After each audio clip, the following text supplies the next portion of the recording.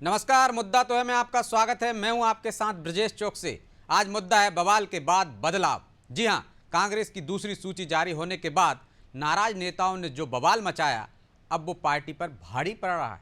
लिहाजा कांग्रेस बैकफुट पर है। बगावत को रोकने के लिए उसने 4 सीटों पर प्रत्याशी बदल दिए हैं, लेकिन इस पर सियासत गर्मा गई है। बीजेपी चुटकी ले रही है कि बोली से मिलने टिकट का हश्र ऐसा ही होता है, तो कांग्रेस कह रही है कुछ कमियां थीं जिन्हें सुधार लिया गया है। अब सवाल यह है कि क्या भीतरघात के डर से कांग्रेस को बार बार प्रत्याशी बदलने पड़ रहे हैं?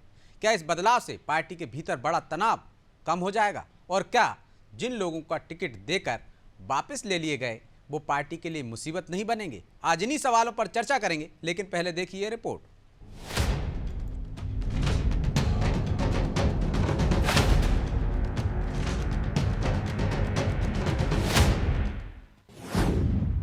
कांग्रेस में फिर बदले 4 प्रत्याशी, डैमेज कंट्रोल करने की कवायद जारी। बीजेपी ने बदलाव पर किया वार, बोली से तय हो रहे उम्मीदवार। पहले 3 और अब 4 सीटों पर कांग्रेस ने अपने प्रत्याशी बदल दिए हैं। बड़नगर, सुमावली, पिपरिया और जावरा में ये बदलाव किया गया है।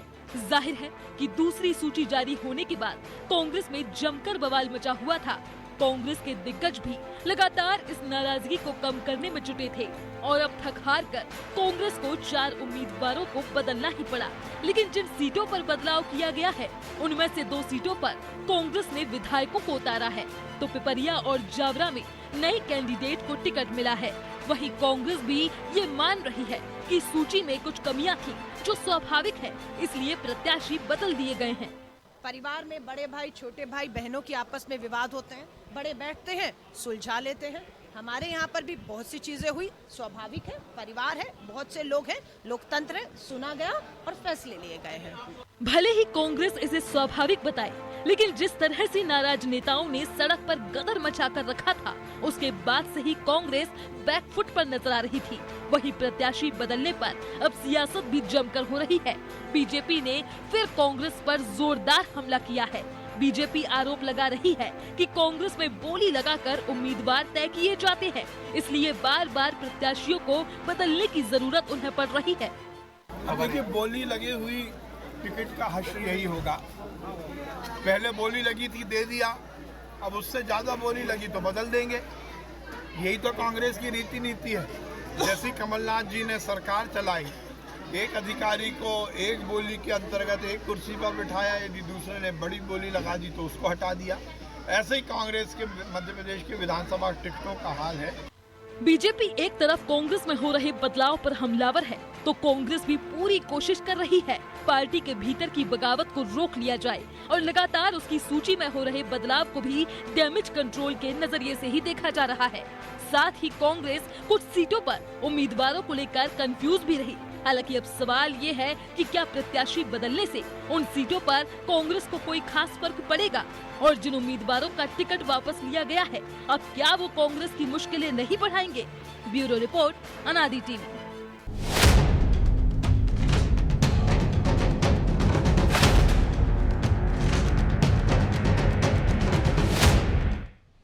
तो इस मुद्दे पर चर्चा के लिए हमारे साथ जुड़ गए हैं ब्रजगोपाल लोया, बीजेपी प्रवक्ता हैं, नीलाभ शुक्ला, कांग्रेस प्रवक्ता हैं, और रमेश शर्मा, वरिष्ठ पत्रकार। तीनों मेहमानों का बहुत बहुत स्वागत है। नीलाभ जी, शुरुआत आपसे ही करते हैं। बड़े बड़े दावे, 5 सर्वे किए, 11 फीडबैक लिए, दिग्विजय सिंह ने दौरे किए, इसके बाद टिकट बांटे, बड़ा मंथन किया, बीजेपी से भी आगे, लेकिन अब बार बार बदल रहे हैं। क्यों? क्या जो विश्वास सारंग कह रहे हैं वैसा ही है? जिसने ज़्यादा बोली लगाई उसको टिकट दे दिया, जिस तरह तबादला उद्योग चलाया था। विश्वास सारंग जी कह रहे हैं कि टिकट बोली लगाई। मुझे लगता है इनका तो पूरा फिक्स अमाउंट चला गया है, टिकट बदल ही नहीं पा रहे, इतना विरोध हो रहा है। 79 जो पहली लिस्ट आई थी उसमें लगभग 50 सीटों पर लगातार आज तक विरोध जारी है। आधे हरल्ले विधायक को टिकट दे दिए, शफलिंग कर दिए, भाई भतीजावाद चला, उसका विरोध आज तक हो रहा है, लेकिन टिकट नहीं बदल रहे हैं। मुझे लगता है फुल पेमेंट हो चुका है, उसको बदलने की इनकी मजबूरी है, बदल नहीं सकते। देखिए, हमारे 4000 लोगों ने टिकट मांगे थे, मर्यादा मतलब कम से कम इतनी ईमानदारी तो है ना कि एक से ले लिया, दोबारा दूसरे से बोली नहीं लगवा रहे हैं, दूसरे को नहीं दे रहे हैं। झूठे अनर्गल आरोप लगा रहे हैं। सीधी बात, 4000 लोगों ने टिकट मांगे थे, ये शुभ संकेत है कांग्रेस के लिए। 4000 लोग चुनाव लड़ने के लिए खड़े हुए थे, 230 लोगों को टिकट दिए गए थे स्थानीय लोगों के रायशुमारी के अनुसार, सर्वे के अनुसार। कभी कभी क्या होता है कि स्थानीय लोगों की रायशुमारी और सर्वे में 2 उम्मीदवार जो प्रत्याशी जो चुनाव लड़ने के इच्छुक होते हैं लगभग समान स्थिति में आ जाते हैं, समकक्ष आ जाते हैं कि दोनों में या तो ये या तो ये, दोनों ही जीत सकते हैं। तो उसके बाद एक आकलन होता है, कई बार होता है, जो बड़ी पार्टी है, बड़ा फुलवा है, 230 में अगर 4 टिकट बदले भी गए थे, प्रक्रिया के तहत बदले गए, बड़ा परिवार है, होता है। तो इसमें कहीं भी और जिनके टिकट हटाए गए, जो नए टिकट दिए गए, वो बराबर पार्टी का साथ दे रहे हैं, पार्टी के साथ सहयोग कर रहे हैं। यह कंफ्यूजन है या जो विरोध कर रहे थे उनसे डर गए कि ये विरोध कर रहे हैं, हार ना जाए हम? विरोध को के देखते हुए नहीं दिया गया। सर्वे के अनुसार कई बार सर्वे में होता है कि क्या, मैंने आपसे कहा सर्वे में 2 लोग बराबरी पर आते हैं, रायशुमारी में 2 लोग बराबरी पर आते हैं, सब टास्क वाली स्थिति हो गई, अब क्या करना है, इसको या इसको। उसमें हम देखते हैं जो बेहतर, जो जिताई उम्मीदवार है उनमें सबसे बेहतर, जो हम ये फाइनल स्टेज रहती है। तो कई बार होता है, बदलाव होता है, प्रक्रिया है वो सामान्य। पर अभी भारतीय जनता पार्टी में कुछ काम बचा नहीं है, सीधी बात तो ये सीधे सीधे हमारे घर में झांक रहे हैं। इनके लगभग 400 लोग पिछले 4 महीने में भाजपा छोड़कर कांग्रेस में आ चुके हैं। पूर्व मंत्री दीपक जोशी सहित सांसद माखन सिंह, विधायक अंजुआ मुंजारे, पूर्व विधायक, अपेक्स बैंक के चेयरमैन भंवर सिंह शेखावत, वर्तमान विधायक वीरेंद्र रघुवंशी, 50 से ज्यादा कार्यकर्ता, महेंद्र सिंह बोध और तमाम, और आपने सबको टिकट दे दिए। अच्छा, वो आपके सर्वे में सेकंड नंबर पे थे कि फर्स्ट नंबर पर थे? देखिए मैंने क्या कहा, स्थानीय नेताओं की रायशुमारी और सर्वे, ठीक है, और हमें जैसा लगा इसका उपयोग हमने वहां लिया। तो भारतीय जनता पार्टी अपना घर देखे, सबसे बड़े मैं बता रहा हूं इनको, आपको एक अच्छी सलाह दे रहा हूँ, आप सामने बैठे हैं, आप दिए, आपके शीर्ष नेताओं को सलाह देना। अभी आपने जो आधा दर्जन से ज्यादा सांसदों को, वो 3 केंद्रीय मंत्रियों को और एक राष्ट्रीय स्तर के नेताओं को बेचारों को जबरन चुनाव में ढकेल दिया उनकी इच्छा के विरुद्ध। वो तो कहते थे मैं तो हेलीकॉप्टर में जाके प्रचार करूंगा, अब इस बड़ा नेता हो गया हूँ। कैलाश जी बोलते अब कहाँ हाथ जोड़ने जाऊंगा, मेरा तो माइंडसेट ही नहीं है। मैं आपको फिर सलाह दे रहा हूँ, इनके टिकट बदल दीजिए, क्योंकि इनके उन्होंने जबरन उतार दिया और आप पे दबाव बनाया तो आपने बदल दिए। ठीक है, तो इनके राजनीतिक जीवन खत्म हो जाएंगे बेचारों के। ठीक, आप समझिए, तो इनके टिकट बदल दीजिए, मेरी सलाह है आपसे। ये संजय शुक्ला तो लोया जी, विरोध तो आपके यहाँ भी हो रहा है, लेकिन आप बदल नहीं रहे हैं, ऐसा नीलाभ जी कह रहे हैं। फुल अमाउंट ले लिया उनके घर में क्यों झांक रहे हैं, क्यों आपको सौदेबाजी लग रही है? ब्रजेश जी दोनों बातें बता दे। पांडे जो नीलाभ जी कह रहे हैं उसमें 2 बातें। एक बात तो उन्होंने ये कहा कि बड़े शुभ संकेत हैं कि 4000 लोगों ने टिकट मांगा। बिल्कुल ठीक कह रहे हैं नीलाभ जी, आपके लिए तो शुभ संकेत है। जरा जो टिकट मांगे थे उनसे तो पूछिए एक बार कि वो कैसा अपने आप में अनुभव कर रहे हैं। वो ये सोच रहे हैं कि इतने दिन पार्टी की सेवा करने के बजाय पैसा कमाया होता तो आज वो टिकट उन्हें मिल गया होता। भैया यहाँ आज वो टिकट उन कार्यकर्ताओं को मिल गया होता। दूसरी बात बताता हूँ, जो अभी एक बात और आपने प्रश्न उठाया कि टिकट बदल दे। देखिए टिकट बदल क्यों रहे, अभी कह रहे हैं कार्यकर्ताओं की सहमति ली, अभी कभी कहते हैं हमने सर्वे कराया। क्या आपने कोलारस के विधायक का शिवपुरी में सर्वे कराया था, पिछौर के विधायक का भी शिवपुरी में सर्वे कराया था, किसकी राय ली गई किसी को नहीं मालूम। और ये कह रहे हैं कि हम इनके घर में झांक रहे हैं, हमें झांकने की कोई आवश्यकता नहीं है। नीलाभ जी, आपका घर इतना खुला हुआ है कि आप बताइए ना कि सार्वजनिक रूप से कमलनाथ कह रहे हैं कि दिग्विजय सिंह, जयवर्धन सिंह के कपड़े फाड़ो, और सार्वजनिक रूप से प्रेस कॉन्फ्रेंस के समय में दिग्विजय सिंह कह रहे हैं कि मेरे नहीं कमलनाथ के कपड़े फाड़ो। अब उनमें जिसके कार्यकर्ताओं ने जिस नेता के कपड़े फाड़ दिए उन्होंने टिकट बदलवा लिए। बाकी आपने जिनसे कमिट किया था, अभी आपने कुछ नाम भी उल्लेख किया है, दीपक जोशी जी का उल्लेख किया है। दीपक जोशी जी, आपको याद होगा ब्रजेश जी, मैंने आपसे ही चर्चा के दौरान कहा था कि जो लोग छोड़कर आज जा रहे हैं उन्हें आगे चलकर बहुत दुख होगा। क्या दुख हुआ होगा दीपक जोशी जी को कि कांग्रेस के कार्यकर्ताओं ने टिकट के बाद उन्हें खाते गांव में घुसने नहीं दिया। क्या दुख हो रहा होगा बीरेन सिंह को, भाजपा के प्रायोजित कार्यकर्ता थे वो, भाजपा के प्रायोजित कार्यकर्ता, पूरे फोटोग्राफ मौजूद हैं और आप उन्हें भाजपा का कार्यकर्ता कह रहे हैं। तो मैं आपको नीलाभ जी धन्यवाद देता हूं कि उन कार्यकर्ताओं को आप भाजपा का कार्यकर्ता कह रहे हैं। और आपके पास तो सिर्फ 5-6 कार्यकर्ता बचे हैं, सोनिया गांधी, राहुल गांधी, प्रियंका गांधी, कमलनाथ, दिग्विजय सिंह और खड़गे जी। सुनिए, तो अब जितने लोगों के फोटो हैं वो सब तो भारतीय जनता पार्टी के कार्यकर्ता हैं, तो आपके पास बचा क्या है? ये भी बड़ा दुर्भाग्य है कि आप अपने कार्यकर्ताओं को पहचानने से इनकार कर देते हैं। और यही जो पहचानने से इनकार है नीलाभ जी, वही तो कांग्रेस के पतन का कारण है, जो आपको इतने टिकट बदलने पड़ रहे हैं। आप एक बात और ब्रजेश जी, मैं बड़ी गंभीरता से कहता हूं, आपको याद होगा भारतीय जनता पार्टी के कार्यकर्ताओं में भी असंतोष था, इसको हम स्वीकार करते हैं। और इसके साथ मगर अभी तक नहीं अभी भैया आपके बीच में नहीं बोल रहा था ना, सुन लो और उत्तर देना आप। देखिए दिलाल जी, एक बात बताइए, भारतीय जनता पार्टी के कार्यकर्ता भोपाल गए, प्रदेश अध्यक्ष जी ने उनसे संवाद किया। भारतीय जनता पार्टी के कार्यकर्ता ग्वालियर गए, सिंधिया जी ने उनसे संवाद किया। सिंधेश का महल घेर लिया। अरे सुन तो लो यार, सुन तो लो। और एक आपके कार्यकर्ता और आपके नेता हैं, शर्म आनी चाहिए उन नेताओं को कि उनके कार्यकर्ता उनके बंगले के बाहर खड़े होकर आत्मदाह की कोशिश कर रहे हैं और नेता बंगले के बाहर नहीं निकलता है। इससे बड़ा दुर्भाग्य किसी कार्यकर्ता का नहीं हो सकता है कि जब वो आक्रोशित है, जब वो आंदोलित है, तब कम से कम उसे सुन तो लो। जिस कार्यकर्ता के कंधे पर खड़े होकर बैठकर आप नेता बनते हैं, उस कार्यकर्ता से मिलने का समय नहीं है आपके पास, उस कार्यकर्ता की बात सुनने का समय नहीं है। ठीक है लोया जी, जवाब ले लेंगे इसका, आत्मदाह कर रहा है। बिल्कुल जवाब ले लेंगे। नीलाभ जी के पास पहुंचूंगा मैं। शर्मा जी को भी चर्चा में शामिल कर लेता हूं। शर्मा जी, कांग्रेस ने सर्वे की बात की, फीडबैक की बात की, इसके बाद बदलाव हो रहा है, इसके पीछे क्या देखते हैं आप? क्या ये कांग्रेस के लिए संजीवनी साबित होगा या आत्मघाती गोल साबित होगा? देखिए, मोटे तौर पर कांग्रेस में कोई भी राजनीतिक दल हो, कांग्रेस हो भाजपा हो, जो सिद्धांत की बातें होती है लेकिन उसके पीछे थोड़ा सा व्यवहारिक पक्ष भी होता है। जो वरिष्ठ नेता है, उनके जो प्रिय लोग हैं, कहीं ना कहीं वो प्राथमिकता पाते हैं और वरिष्ठ नेताओं की राय हर सर्वे के ऊपर होती है। कांग्रेस क्योंकि मास बेस्ड पार्टी है, इसलिए उसमें टिकट को लेकर के विरोध होना स्वाभाविक है। और हर चुनाव में कांग्रेस ने कुछ टिकट बदले हैं, इस बार भी टिकट कुछ बदले हैं। जब शुरू में 3 टिकट की बात आई थी तो अपन ने चर्चा की थी, मैंने कहा था कुछ और टिकट बदलेंगे, तो 4 टिकट और बदल गए हैं। अगर नामांकन की प्रक्रिया होते होते एकाध या नाम वापसी के होते होते एकाध टिकट और बदल जाए तो आश्चर्य नहीं होना चाहिए, क्योंकि मास बेस्ड पार्टी में ऐसा होना स्वाभाविक है। अब दूसरा सवाल ये जो आता है कि ये बदलाव कितना प्रभावी होगा, अब ये अभी नहीं कहा जा सकता। स्वाभाविक रूप से जिन 4 लोगों को टिकट मिल गया था और उन 4 को बदल गया है, तो उनमें से कम 2 लोग तो ऐसे जरूर होंगे जो खुद को थोड़ा सा एक अपमानित जैसा महसूस कर रहे होंगे या उनको गुस्सा आ रहा होगा। तो कहीं ना कहीं अब डैमेज कंट्रोल आगे चल करके वरिष्ठ नेता कैसे करते हैं, पार्टी और उसके चिन्ह को आगे रख करके अगर उनको मना लिया तो उनकी ताकत काम करेगी।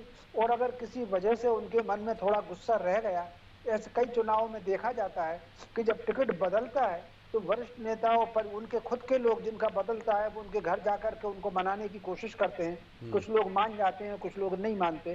तो अगर वो मान जाएंगे तो पार्टी को थोड़ा सा लाभ होगा और अगर नहीं मानेंगे तो पार्टी को नुकसान होगा।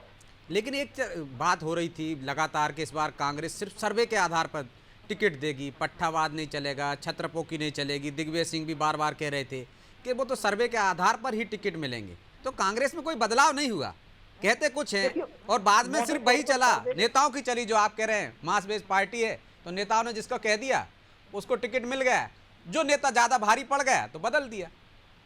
देखिए, मोटे तौर पर ये बात देखिए, सारे टिकट ना तो सर्वे के आधार पर दिए गए हैं और सारे नेता ना तो अपने पट्टावाद के आधार पर दिए गए हैं। कुछ टिकट सर्वे के आधार पर जरूर मिले होंगे, लेकिन कुछ टिकट कहीं ना कहीं नेताओं की जो मानवीय कमजोरी होती है, अपने किसी व्यक्ति को मान करके चलिए कि 10 से 15% टिकट कहीं ना कहीं नेताओं के जो वरिष्ठ नेताओं के प्रियजन हैं उनको मिले होंगे।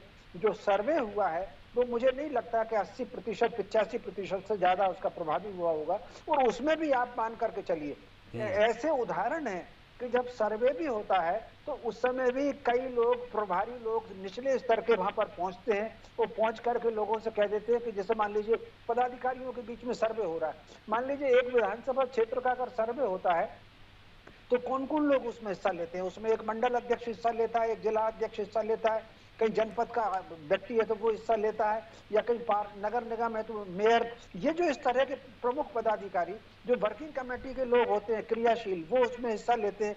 तो कहीं ना कहीं वरिष्ठ नेता इशारा भी कर देते हैं फला के पक्ष में कह देना। लेकिन अब तो शर्मा जी एक थर्ड पार्टी से भी सर्वे होता है ना, जो निष्पक्ष करता है। नहीं तो फिर कार्यकर्ता के साथ तो ठगी हो गई। वो लगातार मेहनत करता रहा, जनता की सेवा करता रहा कि मुझे टिकट मिलेगा सर्वे के आधार पर, और नेताजी चले अपने पट्टे को दिला दिया।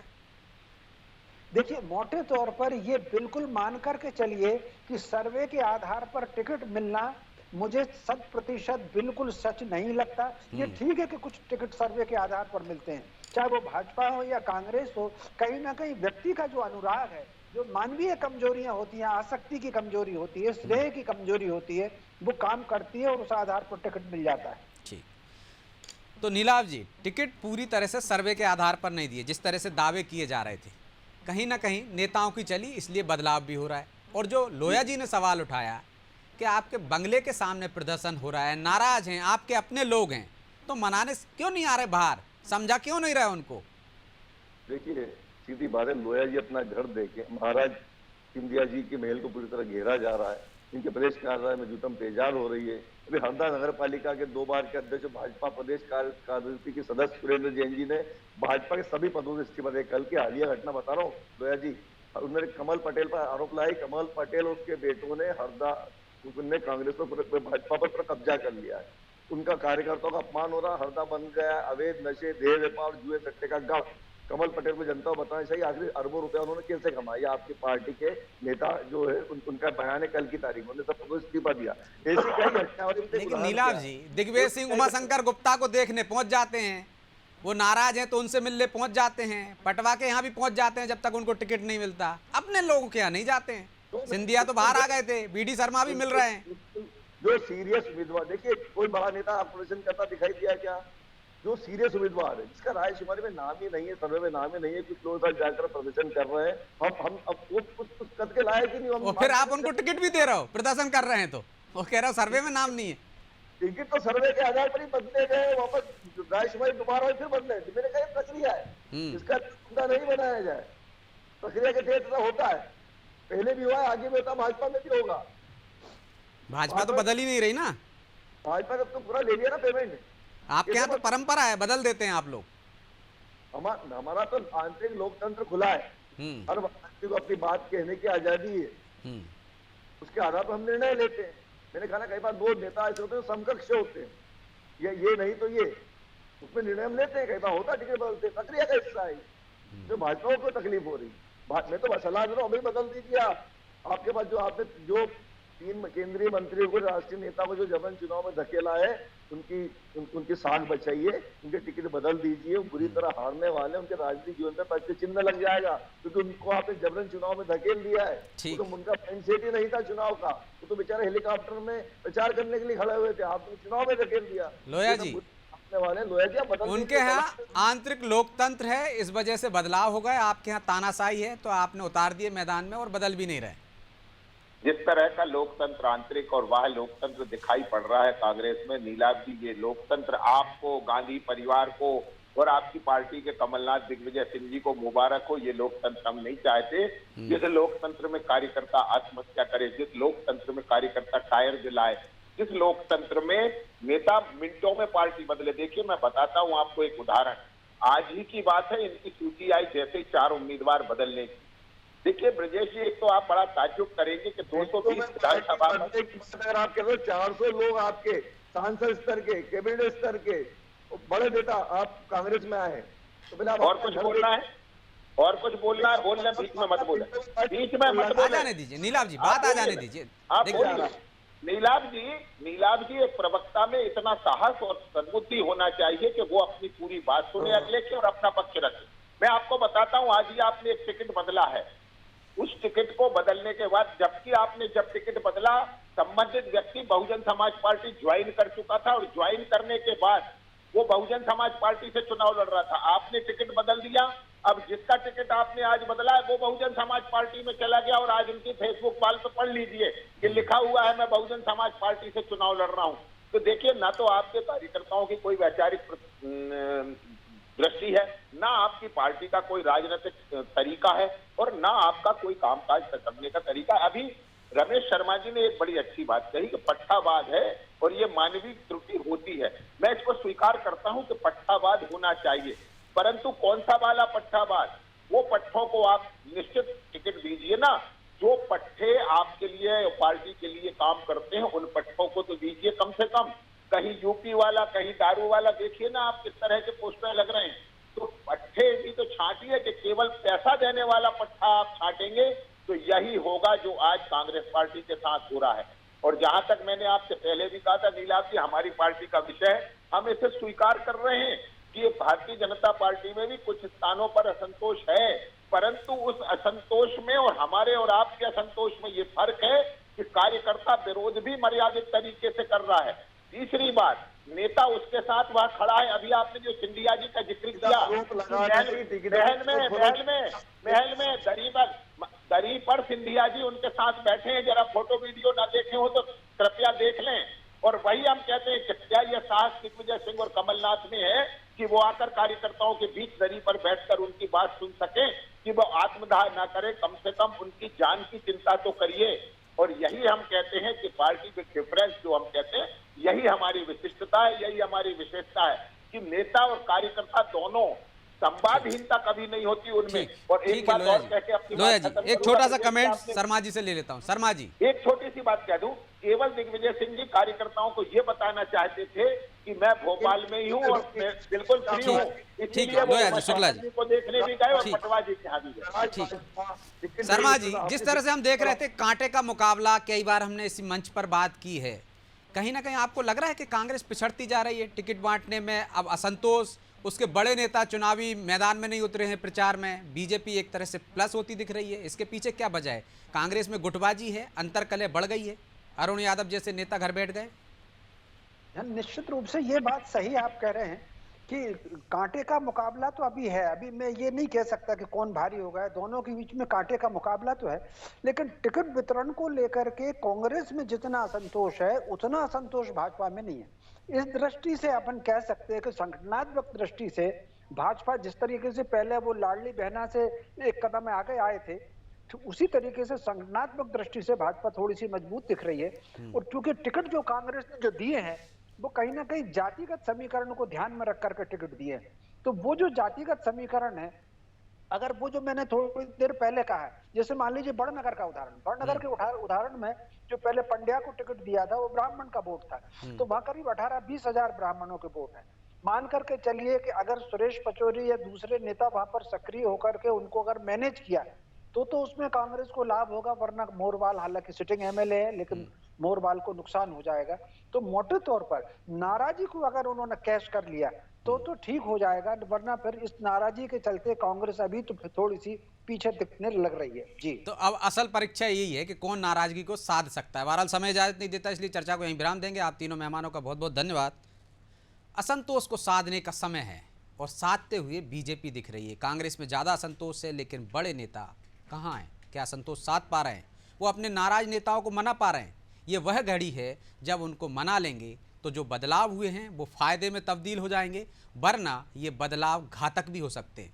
अब ये टिकट बदले हैं, क्या किसी के दबाव में बदले हैं, पट्टावाद में बदले हैं, या सर्वे या समन्वय के आधार पर बदले? ये तो परिणाम के बाद ही पता चलेगा कि ये बदलाव कैसा था, ठीक रहा या फिर चूक कर गई कांग्रेस। बहरहाल मुद्दा तो है, इतना ही। मुझे दीजिए इजाजत और आप देखते रहिए अनादि टीवी। नमस्कार।